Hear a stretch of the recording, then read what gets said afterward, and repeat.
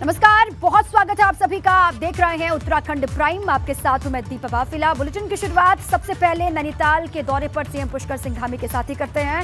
कैंची धाम पहुंचे पुष्कर सिंह धामी और इस दौरान लोगों ने मुख्यमंत्री का स्वागत किया और साथ ही सीएम धामी ने कैंची धाम पहुंच करके पूजा अर्चना की। साथ ही सीएम धामी ने नीम करौली महाराज का आशीर्वाद। जब वहां पर पहुंचे तो किस तरीके से उनका स्वागत सत्कार हुआ, प्रेमचंद अग्रवाल भी उनके साथ में दिखाई दे रहे हैं। सीएम पुष्कर सिंह धामी का नैनीताल का दौरा, वो नीम करौली आश्रम पहुंचे, वहां पर जाकर के आशीर्वाद लिया। लोग किस तरीके से वहां पर जयकारे लगा रहे हैं नीम करौली महाराज के, वो भी आप सुन सकते हैं।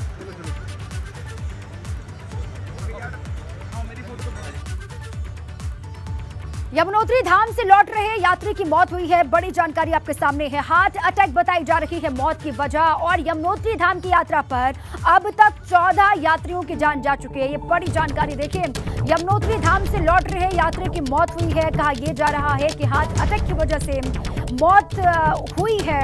और ये देखिए अभी तक का जो डेटा है, यमुनोत्री धाम की यात्रा पर 14 यात्रियों की जान जा चुकी है।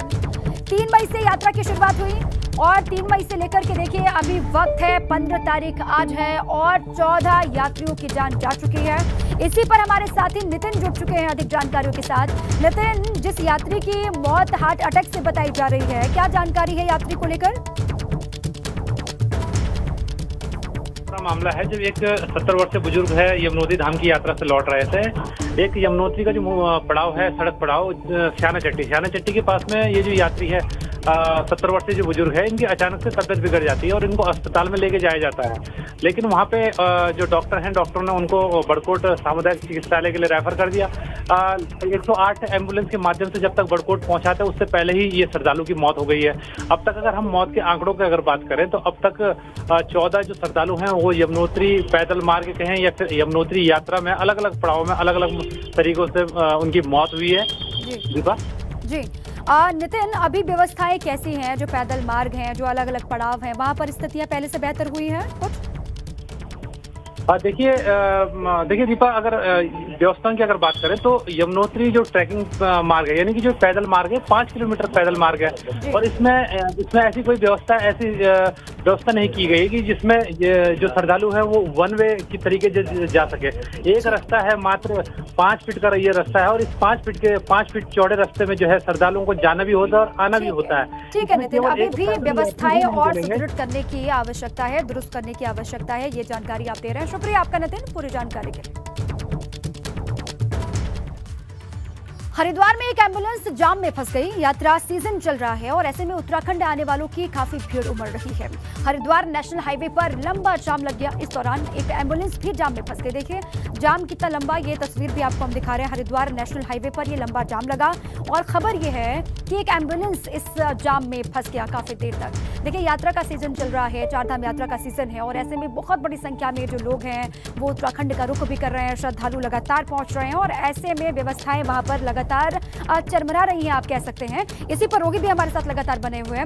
रोहित, ये जाम की तस्वीरें हम दर्शकों को दिखा रहे हैं। कितने बजे का ये पूरा मामला है? अभी जाम वहां पर खुल चुका है और एम्बुलेंस को लेकर क्या जानकारी है रोहित? मैं बताना चाहूंगा कि यात्रा सीजन के साथ साथ अब 3 दिन की छुट्टियां पड़ेगी, जिससे पंजाब, हरियाणा, दिल्ली, कई राज्यों के लोग हरिद्वार की तरफ और चारधाम यात्रा के लिए आ रहे हैं। और जो हरिद्वार दिल्ली नेशनल हाईवे से बिल्कुल सुबह 4 बजे से ही जाम लगा हुआ है। धीरे धीरे गाड़ी चल रही है। कई जगह कई स्थानों पे एम्बुलेंस ही फ्री है।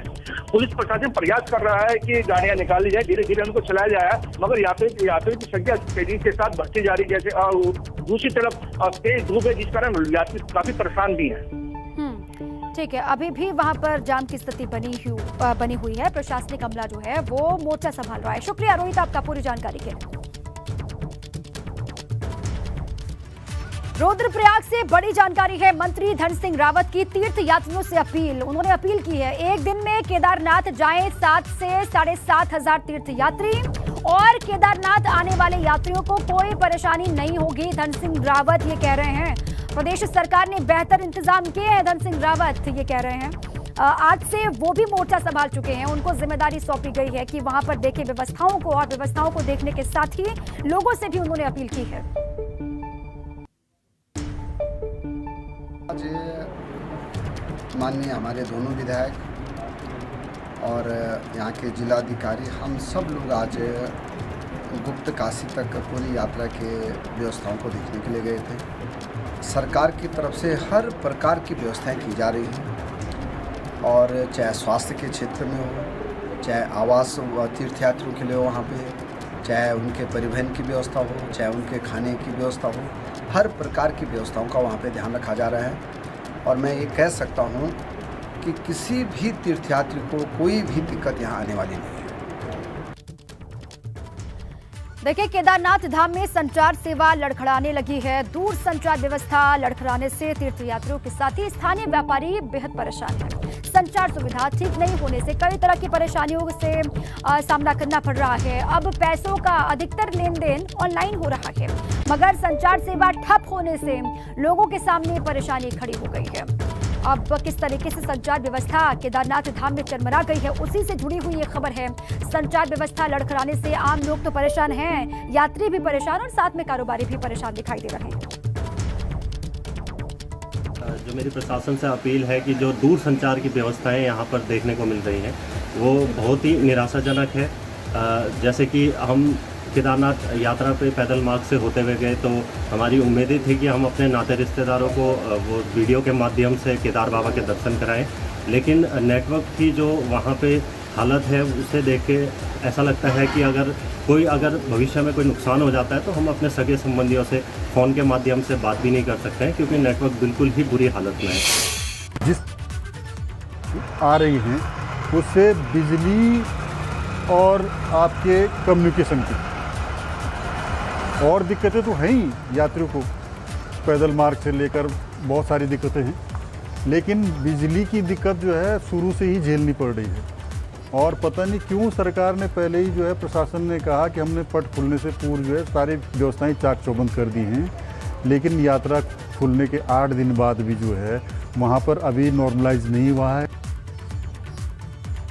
देहरादून से बड़ी खबर है। चारधाम यात्रा पर आने के लिए पंजीकरण अनिवार्य है, जरूरी है। अब बगैर पंजीकरण चारधाम दर्शन की इजाजत नहीं है। पंजीकरण नहीं कराने वाले यात्रियों को वापस भेजा जा रहा है, ऐसी खबर है। और चारधाम की तमाम चेकिंग पोस्ट पर सुरक्षा बढ़ा दी गई है, निगरानी बढ़ा दी गई है।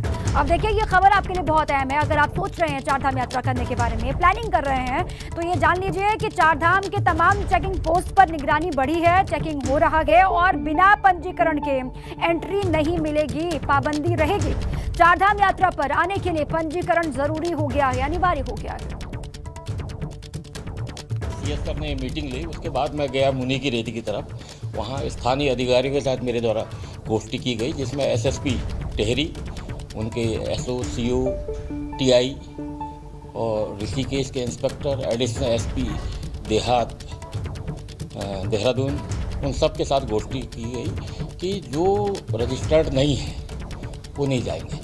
इसके संबंध में स्थानीय स्तर पर गोष्ठी कर लेंगे और बाकी बैरिकेटिंग वगैरह लगा दी गई है, ताकि जो श्रद्धालु बजाय कि काफ़ी रुद्रप्रयाग वगैरह जाके लौट के आए, यहीं से हम लोग उसको रोक दे रहे हैं कि आप रजिस्ट्रेशन कराएंगे तभी जाएंगे। चेकिंग वगैरह चल रही है, जो अनरजिस्टर्ड है उनको वापस किया जा रहा है। चारधाम यात्रा को लेकर टिहरी में पुलिस ने मुस्तैदी बढ़ा दी है। यात्रियों की सुरक्षा के मद्देनजर गंगोत्री, यमुनोत्री, बद्रीनाथ और केदारनाथ यात्रा मार्गों पर टीमें तैनात की गई है, जो वाहनों की चेकिंग से लेकर के यात्रियों को यात्रा से जुड़ी हर जानकारी दे रही है। चारधाम यात्रा के परिप्रेक्ष्य में एक आदेश प्राप्त हुआ हमें कि रात को 10 बजे से लेकर सुबह 4 बजे तक हाईवे पे ट्रैफिक बंद रहेगा। तो उसमें ये चीज़ भद्रकाली, तपोवन और देवप्रयाग, कीर्तिनगर और जितने ऊपर के पहाड़ के थाने हैं सबको कम्युनिकेट कर दिया गया है। जो पर्यटक पुलिस चौकियाँ हमारी 10 खुलती हैं वो ऑपरेशनल हो गई हैं। 2 आपदा चौकियाँ हैं वो भी ऑपरेशनल हो गई हैं। इसके अतिरिक्त एसडीआरएफ की एक अतिरिक्त टुकड़ी मिली है। अब एसडीआरएफ जनपद में हमारे 4 जगह हो गई है, ढालवाला, ब्यासी, कोटी कॉलोनी और इसके अतिरिक्त अब घनसाली में भी एसडीआरएफ की कोशिश शुरू हो गई है। जांजगीर चट्टी से यमुनोत्री धाम के 5 किलोमीटर के पैदल मार्ग पर पिछले 12 दिन के भीतर ही 14 यात्रियों की जान जा चुकी है। हालात बिगड़ते देखते अब सरकार ने यात्रियों से कह दिया है कि या तो अपना हेल्थ चेकअप करा कर आ पाएं या अपने भरोसे यात्रा करें। देखिए रिपोर्ट।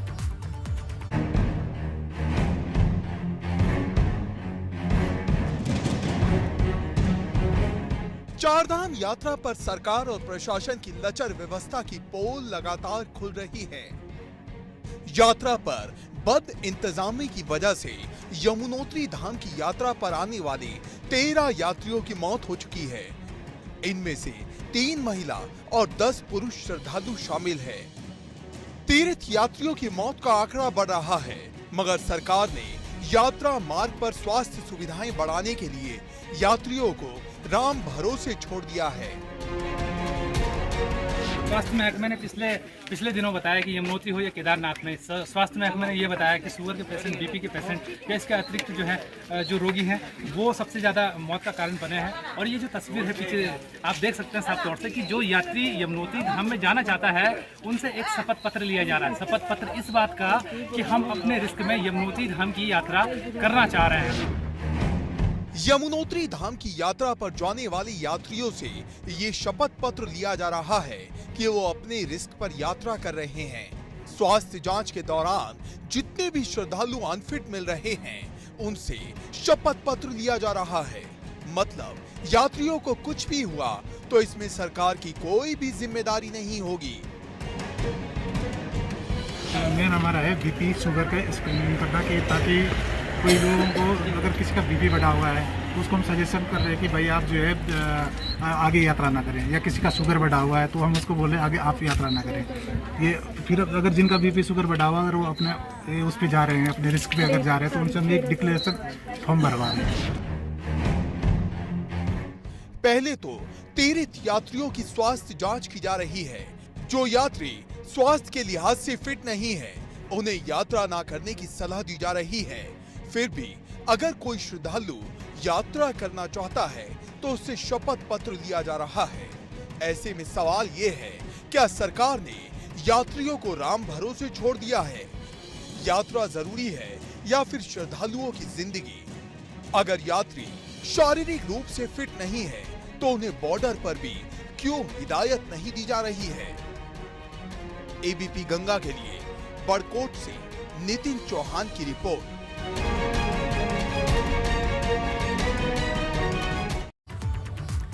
केदारनाथ यात्रा मार्ग पर एक महिला तीर्थ यात्री खच्चर से टकराकर 50 मीटर गहरी खाई में जा गिरी। एसडीआरएफ की टीम ने महिला को रेस्क्यू कर अस्पताल पहुंचाया। गौरीकुंड से केदारधाम में पैदल मार्ग, घोड़ा खच्चरों और तीर्थ यात्रियों की एक साथ ही आवाजाही हो रही है, जिस वजह से लोगों को चलने में बेहद परेशानियों का सामना करना पड़ रहा है। यात्रा मार्ग पर घोड़े खच्चरों की लीद गिरने की वजह से फिसलन भी बढ़ गई है, जिससे कई यात्री फिसलकर घायल हो चुके हैं। महाराष्ट्र की रहने वाली एक बुजुर्ग महिला घोड़े से टकराकर खाई में जा गिरी। सूचना पर एसडीआरएफ की टीम वहां पर पहुंची, रेस्क्यू किया गया, अस्पताल पहुंचाया गया।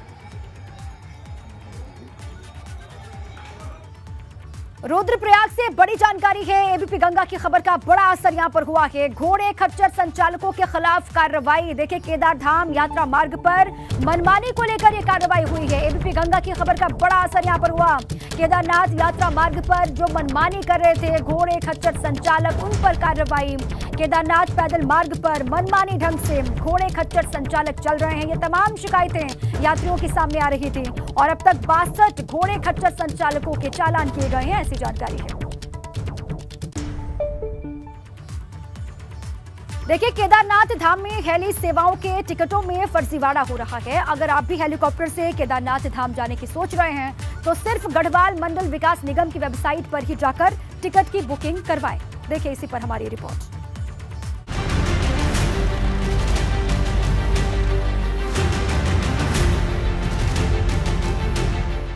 हेली सेवा की बुकिंग करते समय रहिए सावधान।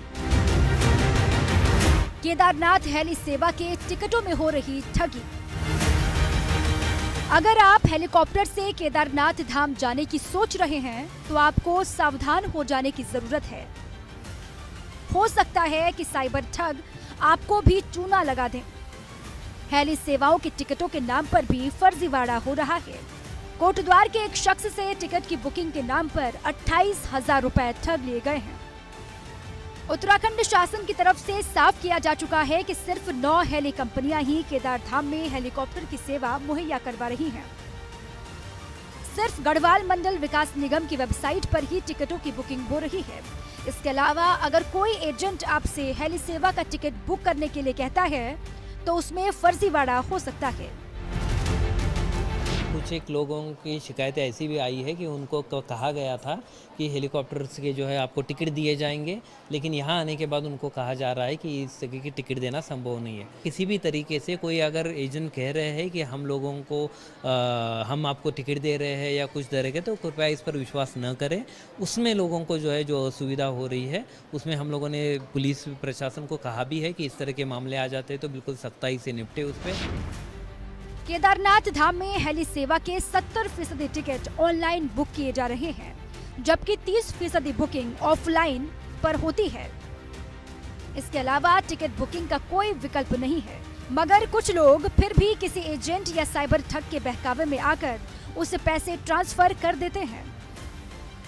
जब तक ठगी का पता चलता है तब तक बात हाथ से निकल चुकी होती है। एबीपी गंगा के लिए देहरादून से पंकज राणा की रिपोर्ट।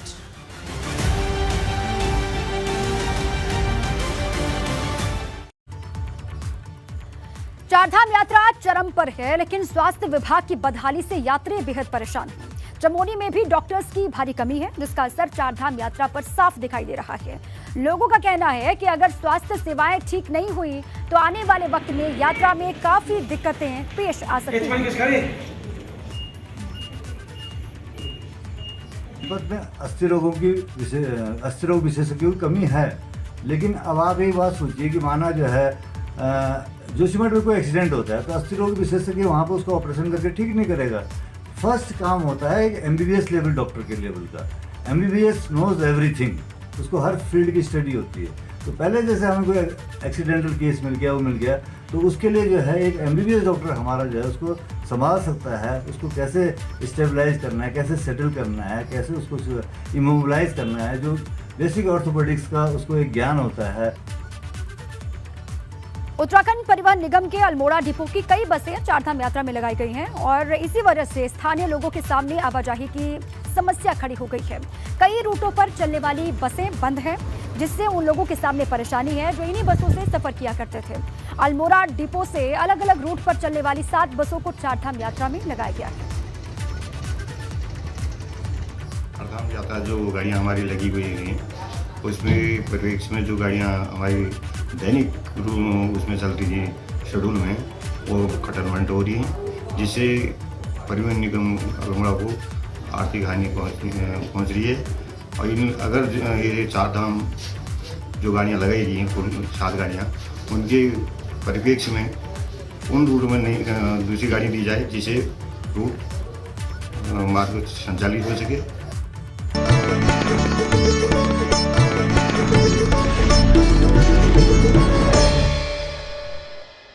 नैनीताल के दौरे पर पहुंचे सीएम पुष्कर सिंह धामी ने 2022-23 के बजट के लिए लोगों से रायशुमारी की है। सीएम ने कृषि, उद्योग, होटल, ट्रांसपोर्ट और व्यापारियों से सुझाव लिए हैं। सीएम ने पीएम मोदी के उत्तराखंड को श्रेष्ठ राज्य बनाने के सपने को साकार करने के लिए व्यापारियों और नागरिकों से सहयोग की अपील की है, सहयोग मांगा है।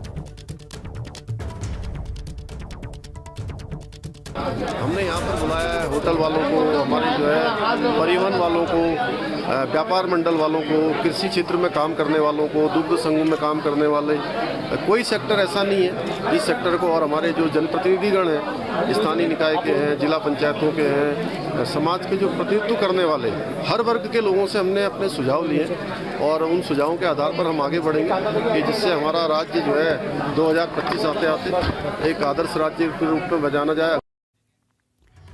देहरादून से खबर है। देहरादून में एक महिला ने बाबा पर रेप का आरोप लगाया है। महिला का आरोप है कि परमानंद नाम के एक बाबा ने उसे सम्मोहित कर वश में कर लिया और उसके बाद बाबा ने महिला का यौन उत्पीड़न किया। आरोप यह है कि इसमें बाबा की पत्नी भी शामिल रही है। महिला की शिकायत पर थाना डालनवाला में बाबा परमानंद और उसकी पत्नी के खिलाफ मामला दर्ज कर लिया गया है। अब इंतजार उस पल का है जब ये बाबा सलाखों के पीछे पहुंचेगा।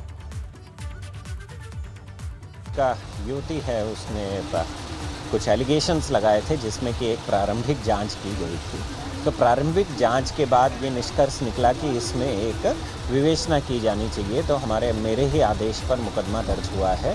जो भी विवेचना में पहलू नज़र आएगा उस सारे पहलुओं को देखते हुए, सारे एविडेंसेस को देखते हुए इसमें अग्रिम कार्रवाई की जाएगी। और इसी बीच काशीपुर से बड़ी खबर है। काशीपुर में सेक्स रैकेट का खुलासा हुआ है। होटल पैराडाइज पर छापेमारी की गई और 7 युवक, 8 युवतियों को यहां से हिरासत में लिया गया है। होटल मालिक पर भी एक्शन की तैयारी है। काशीपुर से देखिए सेक्स रैकेट का खुलासा हुआ। होटल पैराडाइज की ये जानकारी है जहां पर छापेमारी हुई और फिर 7 युवक, 8 युवतियों को हिरासत में यहां से लिया गया। इनसे पूछताछ होगी और खबर ये कि होटल मालिक पर भी एक्शन की तैयारी की जा रही है। भले ही दून अस्पताल को दून मेडिकल कॉलेज बना दिया गया हो, लेकिन 6 साल बाद भी मेडिकल कॉलेज का स्टाफ अस्पताल को नहीं मिल पाया है और यही वजह है कि दून मेडिकल कॉलेज आज भी स्टाफ की भारी कमी से जूझ रहा है, क्योंकि इतने सालों के बीत जाने के बाद भी चिकित्सा शिक्षा के पदों पर कोई भी भर्ती नहीं हो पाई है। कार्य करने वाले लोग हैं यहाँ पे पैरामेडिकल या मेडिकल के, और जो 4th क्लास से हमारे कक्ष सेवक, लैब टेक्नीशियन, ये सब हमारे चिकित्सा स्वास्थ्य विभाग के थे जो कंटिन्यू कर रहे थे। और अभी हमने शासन और अपने जो विभाग के माध्यम से अनुरोध किया हुआ है कि हमें चिकित्सा शिक्षा के जो पद हैं उनमें नियुक्ति करके नियमानुसार नियुक्ति करके हमें वो स्टाफ भी दे दिया जाए, तो तब हमारा जो अस्पताल है उसमें ये कमी नहीं होगी और अस्पताल फुल फ्लैश तरीके से बढ़ती हुई स्टेज में काम करेगी। उत्तराखंड में 6 साल बाद पुलिस कांस्टेबल की भर्ती परीक्षा शुरू हो गई है। कांस्टेबल पद के लिए 1721 पदों पर भर्ती चल रही है और इन पदों के लिए प्रदेश से 2,60,000 अभ्यर्थियों ने आवेदन किए हैं, जिसमें करीब 91,036 महिलाएं और 1,69,000 पुरुष हैं।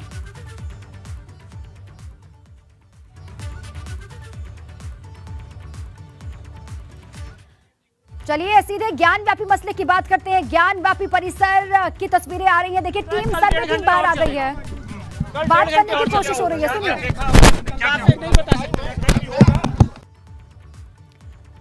तो सर्वे की टीम बहुत कायदे से हुई, जो दावा है हमारा मजबूत हुआ है। दावा मजबूत हुआ है। दावा मजबूत हुआ है। कल बताऊंगा। कल होगा करीब 2 घंटे जी।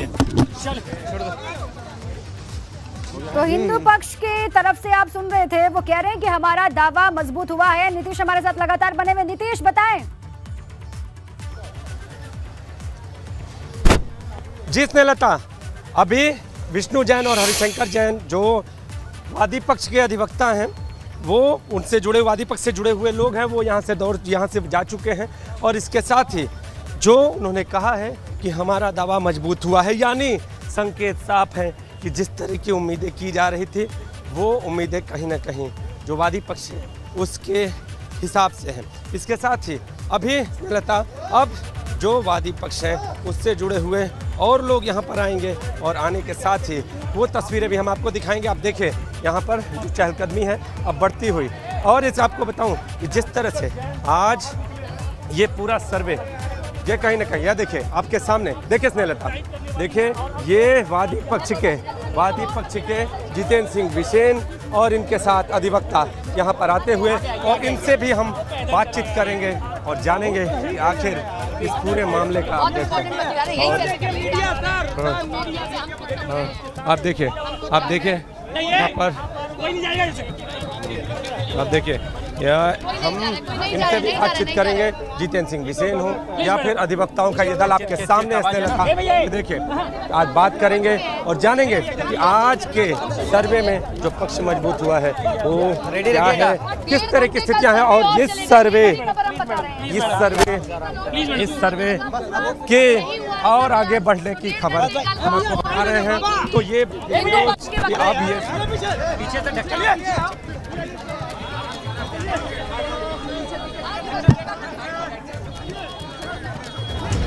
एक्सक्लूसिव तस्वीरें, वादी पक्ष के वकील बाहर निकले हैं सर्वे के बाद और हमारे संवाददाता नीतीश पांडे वहीं पर हैं, उनसे बात करने का प्रयत्न कर रहे हैं। तस्वीरें लाइव है वाराणसी से आपकी स्क्रीन पर।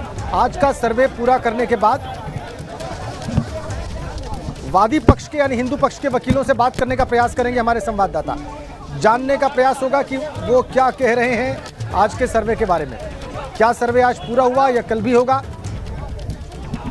जी, कल करीब 2 घंटे तक सर्वे चलेगा। तो नीतीश पांडे वादी पक्ष के अधिवक्ताओं से, वकीलों से बात करने का यहां पर प्रयास उनका। जो वादी पक्ष है वो भी वहां पर मौजूद, विशेन जी, चतुर्वेदी साहब जो वादी पक्ष के वकील हैं वो भी बिल्कुल साफ साफ दिखाई दे रहे हैं। क्या हुआ? समय दीजिए। 17 तारीख का इंतजार कीजिए। सर कितने 17 तारीख को सर्वे फिर जारी रहेगा? 17 तारीख का इंतजार। कितने बजे से कल का? आज क्या मिला? आज कितने देर इंतजार कीजिए? अभी और कल चलेगा? किस चीज का? कल होगा भैया, हो गया। क्या हुआ? आज कंप्लीट हो गया क्या सर्वे? आज सर्वे कंप्लीट? आज कल होगा, कल फिर होगा, क्या? कल होगा, कल होगा। आज कितना % हो गया? पूरा हुआ कि नहीं सर? सर्वे का काम पूरा हुआ कि नहीं? सर्वे का क्लियर नहीं है सर। सर्वे का काम पूरा हो गया या नहीं सर? अभी नहीं हुआ है, कल फिर होगा सर्वे। बहुत साफ है, कल सर्वे होगा। जी नीतीश, कि सर्वे कल फिर होगा और एक अधिवक्ता और हमारे साथ मौजूद हैं, इनसे और जानेंगे सर्वे की स्थिति क्या है। सारा चीज जो ऑर्डर में था वो हुआ है। कब कितने बजे में वो सारा कुछ करा? कोई बता ही नहीं पा रहे। आपसे जानेंगे क्या देखा आप लोगों ने?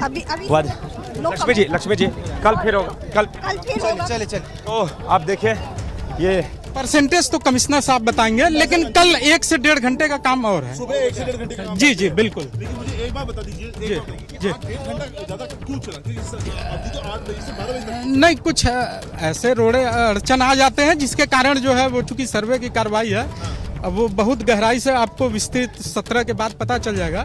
लेकिन ये है कि कल अभी 1 से 1.5 घंटे की कार्रवाई और बची है। कार्रवाई सुनिए, बहुत बड़ा मलबा मिला। जो कह रहा है देगा है वो थोड़ा सा नेचुरल, वो तो रहेगा, वो तो थोड़ा सा रहता है जो है, उसके वजह से टाइम लग रहा है।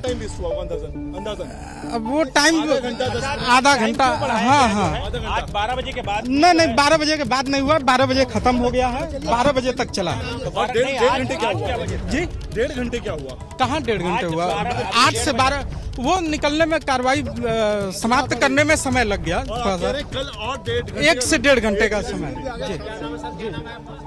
बिल्कुल। तो देखिए, सबसे बड़ी बात ये है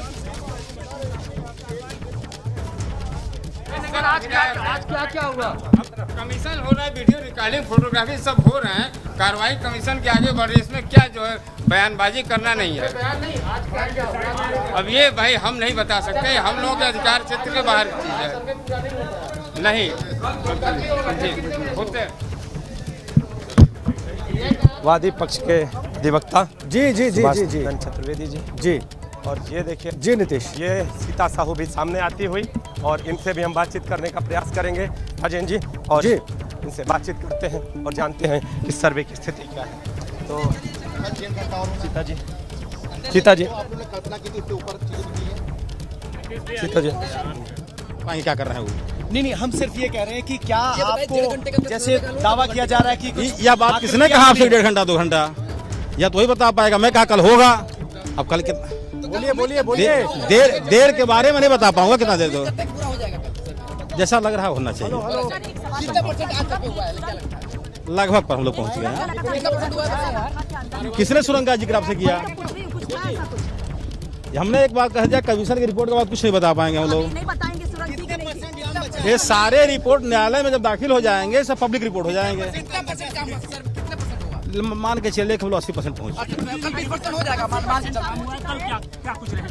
बहुत कुछ है, बाकी है और सब समय लगेगा, कल हो जाएगा। चाहिए कल, ये नहीं कल समाप्त हो जाए। हम लोग मंदिर वहीं पर मंदिर कैंपस से कमीशन कार्रवाई हो रहा था, वहीं पर करा रहे थे। तो क्या पश्चिमी इलाके में भी गए हैं? हम लोग सभी इलाका घूम रहे हैं, अंदर में हैं। लेकिन हरशंकर जी कह रहे हैं, हरशंकर जी हरिशंकर जी कह रहे हैं कि बहुत उत्साहजनक नतीजे आए हैं। हम तो कहेंगे आएंगे नहीं, वो तो कह रहे हैं कि आ रहे हैं अभी। अच्छी बात है। अच्छी बात है, मतलब और कुछ चीजें आप लोग के जो आप लोग लगातार दावा कर रहे हैं तो उसके अनुरूप चीजें आ रही हैं। देखिए, हर अधिवक्ता चाहता है मेरे अनुरूप है, मैं वादिनी की ओर से हूँ, मैं चाह रहा हूँ मेरे अनुरूप है, प्रतिवादी चाहेंगे उनके अनुरूप है, या निर्णय न्यायालय आप पर सारी चीजों को देखते आ रहे हैं पिछले 2 दिनों से, अभी तक क्या माना जाए? ठीक माना जाए, कमीशन कार्रवाई ठीक है। हाँ, कार्रवाई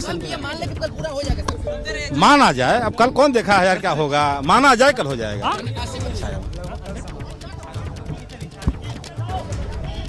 वादी पक्ष के अधिवक्ता कह रहे हैं कि माना जाए, कल हो जाएगा, और लगभग 80% सर्वे का काम पूरा हो गया है, ये भी वो कह रहे हैं। प्रतिवादी प्रशासन सभी के सहयोग से कार्रवाई आगे बढ़ी है। आज की कार्रवाई पूरी हुई। 1 से 1.5 घंटे का समय कल होगा।